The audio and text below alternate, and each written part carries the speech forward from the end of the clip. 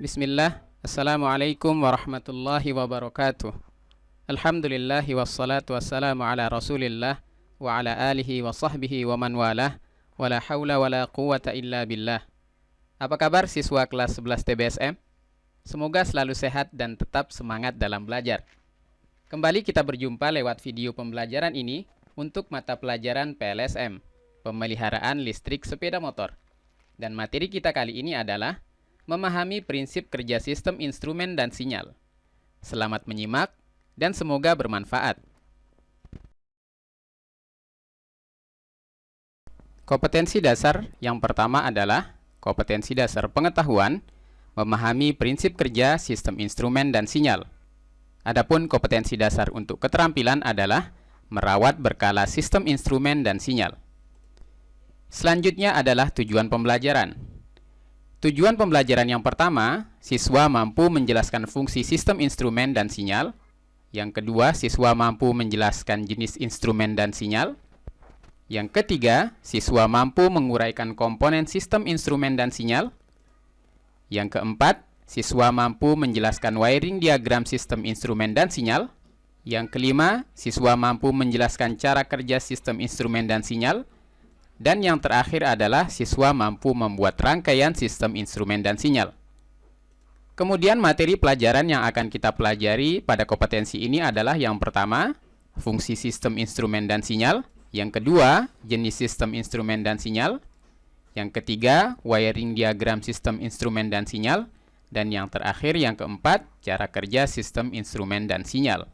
Baiklah, kita mulai dari bagian pertama video ini, yaitu sistem instrumen.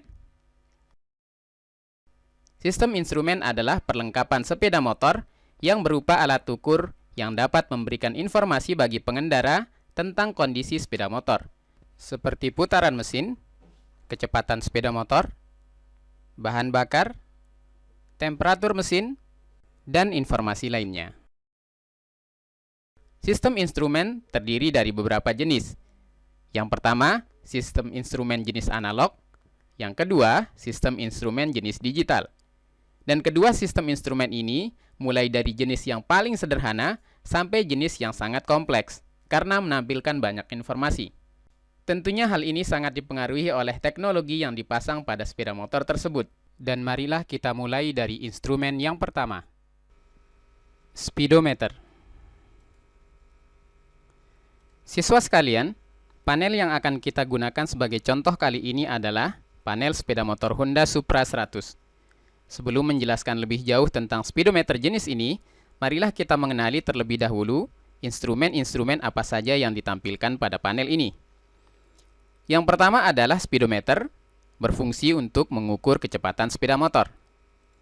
Kemudian odometer, menunjukkan jarak tempuh yang sudah dilalui oleh sepeda motor. Fuel meter, menunjukkan jumlah bahan bakar yang ada di dalam tangki sepeda motor. Indikator posisi gigi persneling, indikator lampu sein, dan yang terakhir adalah indikator lampu jauh. Demikianlah instrumen-instrumen yang ada pada panel sepeda motor Supra ini. Selanjutnya marilah kita mulai fokus pada speedometer. Speedometer pada penjelasan sebelumnya berfungsi untuk mengukur kecepatan sepeda motor. Siswa sekalian, speedometer memiliki satuan kilometer per jam. Jarum speedometer akan menunjukkan angka tertentu sesuai dengan kelajuan atau kecepatan sepeda motor.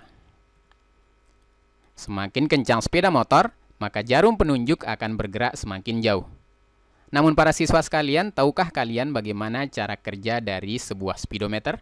Baik, sebelum kita masuk ke sana, marilah kita kenali terlebih dahulu komponen-komponen apa saja yang ada pada sebuah speedometer. Komponen speedometer. Komponen yang pertama adalah gearbox speedometer yang ditempatkan berdekatan dengan roda depan. Ada juga speedometer yang gearboxnya ditempatkan pada bak mesin, tepatnya di bagian persneling. Gearbox speedometer terdiri dari beberapa komponen seperti speedometer gear, washer, dan speedometer gearbox itu sendiri. Komponen selanjutnya adalah kabel speedometer. Kabel speedometer ini menghubungkan antara speedometer gearbox dengan panel speedometer. Nah, siswa sekalian, panel speedometer ini pun memiliki beberapa komponen. Yang pertama adalah magnet permanen, Selanjutnya adalah speed cap, kemudian poros, pegas pengembali, dan bagian yang paling atas adalah panel speedometer. Selanjutnya marilah kita kenali fungsi dari masing-masing komponen ini. Speedometer gear berfungsi menerima putaran dari roda, kemudian meneruskan putaran tersebut ke bagian speedometer gearbox. Speedometer gearbox berfungsi untuk memutar kabel speedometer. Kabel speedometer berfungsi menerima gaya putar dari speedometer gearbox, kemudian diteruskan ke panel speedometer, tepatnya di magnet permanen. Kemudian panel speedometer adalah sebuah komponen yang terdiri dari papan panel berisi angka-angka yang menunjukkan kecepatan sepeda motor dan sebuah jarum penunjuk kecepatan. Selanjutnya marilah kita lihat fungsi dari masing-masing komponen yang ada pada panel speedometer. Komponen yang pertama adalah magnet permanen, berfungsi menerima putaran dari kabel speedometer sehingga mampu membangkitkan medan magnet atau listrik. Kemudian speed cap menghasilkan putaran dari gaya magnet yang dibangkitkan oleh magnet permanen. Poros berputar bersama speed cap untuk menggerakkan jarum speedometer. Pegas mengembalikan jarum speedometer ketika speed cap dan poros berhenti berputar. Kemudian yang terakhir adalah panel, menampilkan kecepatan sepeda motor dengan angka-angka yang ditunjuk oleh jarum speedometer. Nah, siswa sekalian, demikianlah fungsi dari komponen-komponen yang ada pada sebuah speedometer.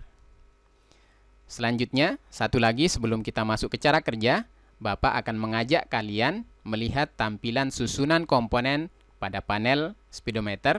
Harapannya dengan melihat susunan dari view yang berbeda ini, kalian akan lebih mudah memahami bagaimana cara kerja speedometer itu sendiri. Pandangan atau view yang akan kita gunakan di sini ada dua posisi, yaitu pandangan atas dan pandangan depan. Bagian yang paling bawah adalah magnet permanen, kemudian di atasnya ada speed cap, kemudian pada speed cap terdapat sebuah poros, pegas pengembali, dan tentunya yang paling atas adalah panel speedometer. Baik, selanjutnya marilah kita langsung masuk ke cara kerja sebuah speedometer. Roda berputar akan menggerakkan gearbox, kemudian gearbox akan menggerakkan kabel speedometer. Perlu kalian ketahui siswa sekalian bahwasanya kabel speedometer terbuat dari kawat baja yang bersifat elastis. Kemudian kabel speedometer akan memutar magnet permanen. Putaran magnet permanen akan menghasilkan gaya listrik di sekeliling atau di dalam speed cap. Apa dampaknya kemudian? Dampaknya kemudian speed cap dan poros akan berputar bergantung dari kecepatan magnet permanen. Jarum speedometer akan bergerak mengikuti gerakan speed cap. Selanjutnya siswa sekalian, semakin cepat gerakan roda, maka gerakan magnet pun akan semakin cepat. Gerakan speed cap dan jarum speedometer pun akan semakin jauh bergerak. Dan sebaliknya siswa sekalian, ketika roda berhenti berputar, maka gerakan magnet permanen dan speed cap terhenti, kemudian jarum speedometer akan dikembalikan ke posisi 0 oleh pegas. Nah siswa sekalian, demikianlah cara kerja dari sebuah speedometer pada sepeda motor. Kita cukupkan untuk video kali ini, dan insya Allah kita akan lanjutkan pada video-video berikutnya. Semoga mudah difahami. Barakallahu li wa lakum. Assalamualaikum warahmatullahi wabarakatuh.